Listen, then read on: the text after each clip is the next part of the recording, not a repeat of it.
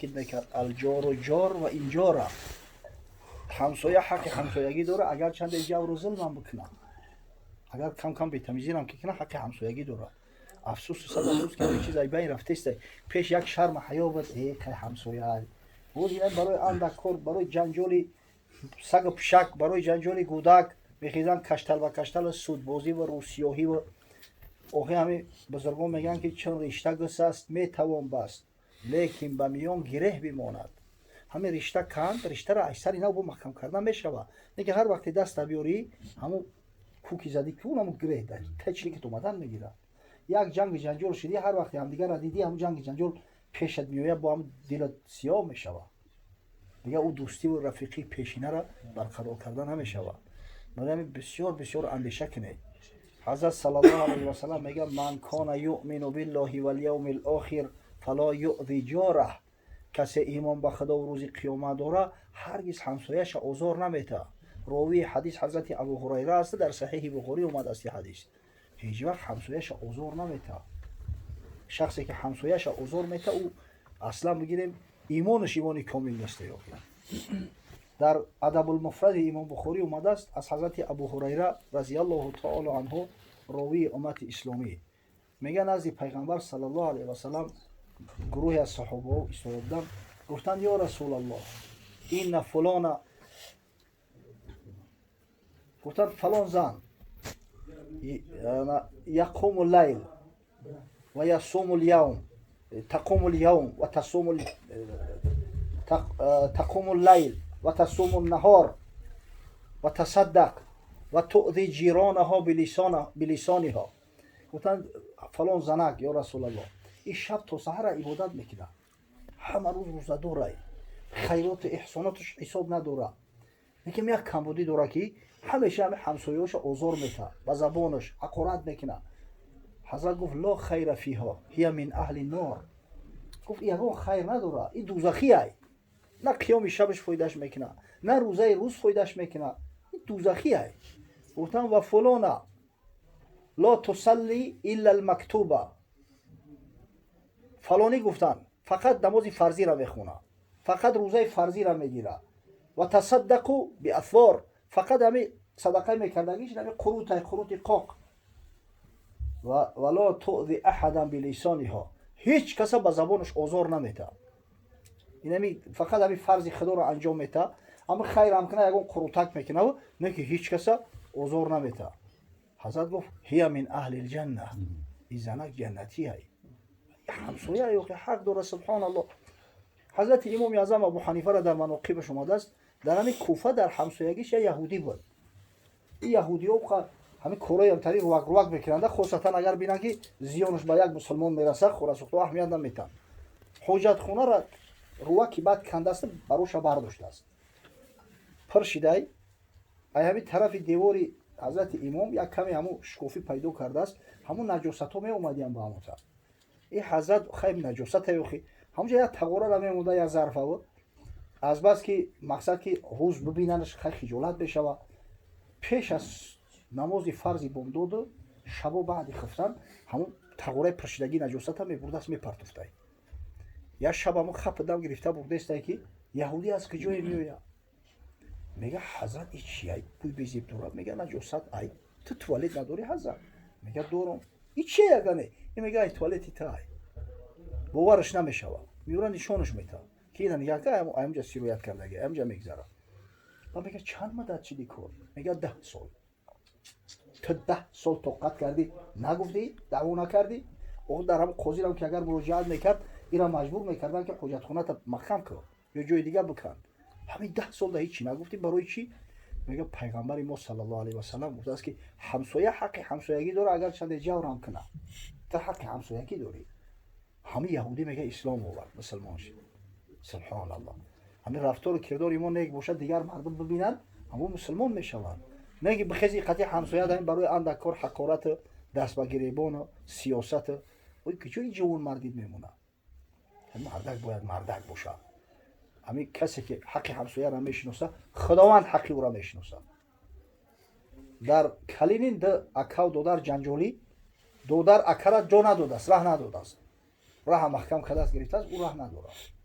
اینجا اینا حاجی علی جان مشتگی علی جانی نمی دوداری حاجی خیردی نهی این همی در همسایگیشو زندگی میگیره این همی دو دستش مردگره یعنی اکا دودر همدیگر را ندودن دودر در اکا ندود است همسایه خوب اول میگن همی خشتباری دور خوبه همسایه خوب همی خشتباری نزدیک هم اگر نوشگرش حق خشتباری را ندونه خوبه این گرفته از دو دستش نمیده جوان مردی میگن مسلمان به همیش زیبندگی داره ولی در آن کتابه اومده است کتاب شفعه میخورند یعنی در تمام کتاب‌های فقهی هست در جمله در همین مختصرات القیان هم شفعهش چیه حق همسایگی اگر مبادا یک آدم خونه‌ش فروختنی شد اینا حاجی خیردی را ذوقش کرد که در سنتر خونه بگیره این خونه را فروختنی است همسایه‌اش نگو یک بیگانه دمی خونه را فروخت در صورتی که همسایه‌اش میخواه همین خونه را خریده به همون نرخ روزی بخره همسایه حق داره که برای انمو ترگ او را رسترگت کنه و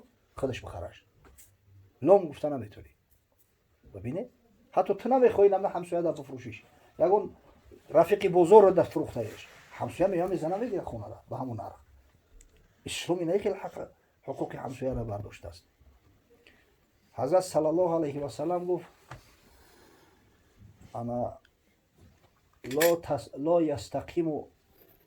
لا يستقيم ایمان احد حتى يستقيم قلبه ولا يستقيم قلبه حتى يستقيم لسانه ایمان هیچ شخص کامل نمیشود تا زمانی که دلش مستقیم نشود دل هیچ وقت مستقیم نمیشود مادام که زبان مستقیم نیست ولا يدخل الجنة احد لا يأمن جاره بوائقه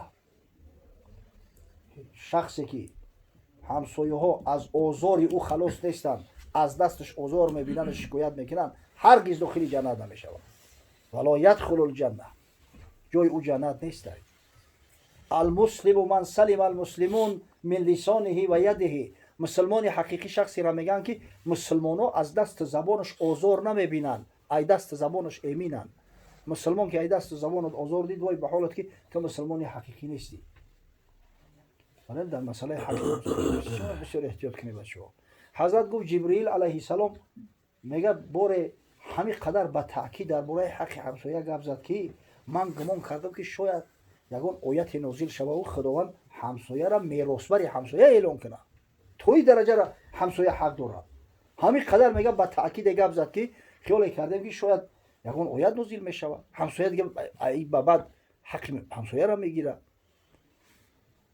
این همسایه اگر به شرطی که جوان مرد شه آدم خوب شه او را در حقت خوبی میکنه همین خیلی کما تدین و تدان چقدر تو معامله کردی با هم خیلی معامله کرده میشه برای سعی کنی همین حق همسایگی را پایمال نکنی برای یک شاخکی درخت برای یک جنجالی گودک برای یک سگ پشک مرغ در حولی دور اومده است خونه سوخته 7 پشت همسایه را حقارت میکنه برای هم مرغ یه چی جوان مردی میمونه آخه انا این مسئله را بسیار احتیاط کنیم بچه‌ها اسلام قاعده‌های بسیار زیبا و خوشی داره همسایه را احترام میکنی یک مکتبی امریکا بودم در همون شهری دالاس در مکتب یک دخترکی نصرانی میخونده است و سبب شد پرسیدم که برای چی جد این تحصیل میکنه که مسلمان نیست گفتن در همسایگیش یک عائله مسلمان بوده است همین قدر آداب و اخلاقی نیک او همه حق همسایه را خاله جان عمه جان عمک جان